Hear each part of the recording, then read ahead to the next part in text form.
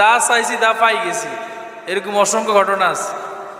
অথবা আমি চাইছি কিন্তু পাই নাই, আমার জন্য রেখে দিছেন কে? কখন দেবে? কিয়ামতের ময়দানে। কখন? কিয়ামতের ময়দানে। নবীজি বলেন 3 নাম্বার ভাগ হলো তুমি আল্লাহর কাছে দোয়া করছো, ওয়া ইম্মা আন ইয়াসরিফা আনহু মিনাস সুই মিসলাহা।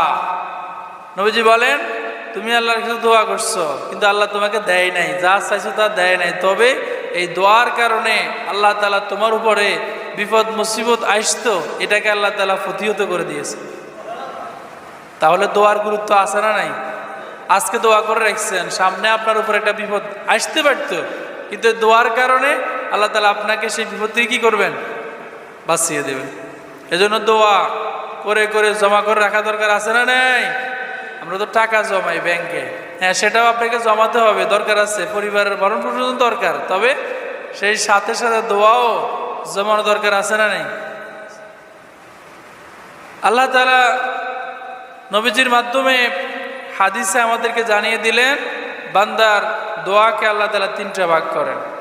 তো এটা যখন সাহাবীরা শুনলেন, কলু, তারা বলল, ইজান নুকসিরু কল আল্লাহু আকসার। তিনি উত্তরে বললেন আল্লাহ তাআলা আরো বেশি প্রার্থনা পূরণ করবেন। তাহলে সাহাবীরা বললেন যে আমরা তো বেশি বেশি করে দোয়া করব, বেশি বেশি করে কি করব? দোয়া করব।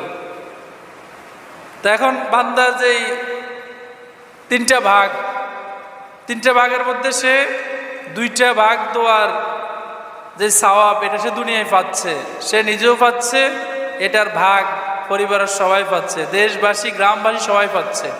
কিন্তু একটা ভাগ এটা শুধুমাত্র তার নিজের জন্য।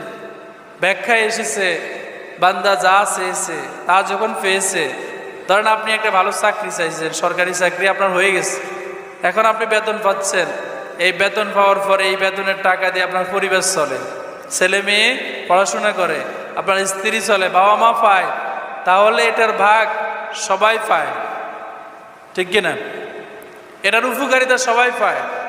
অথবা আপনি দোয়া করছেন কিন্তু আল্লাহ তাআলা আপনাকে একটা বিপদ থেকে বাঁচিয়ে দিয়েছেন, এই বিপদ থেকে বাঁচার কারণে এটার উপকারিতা পরিবারের সবাই পেয়েছে।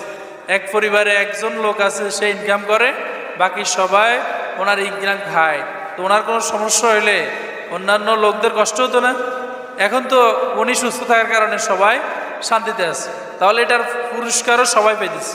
3 নাম্বার অংশ নবীজি বলেন বান্দা যে দোয়া করে আল্লাহ তাআলা দুনিয়াতে না দিয়ে বান্দার জন্য কিয়ামতের ময়দানে এটাকে রিজার্ভ করে রাখেন।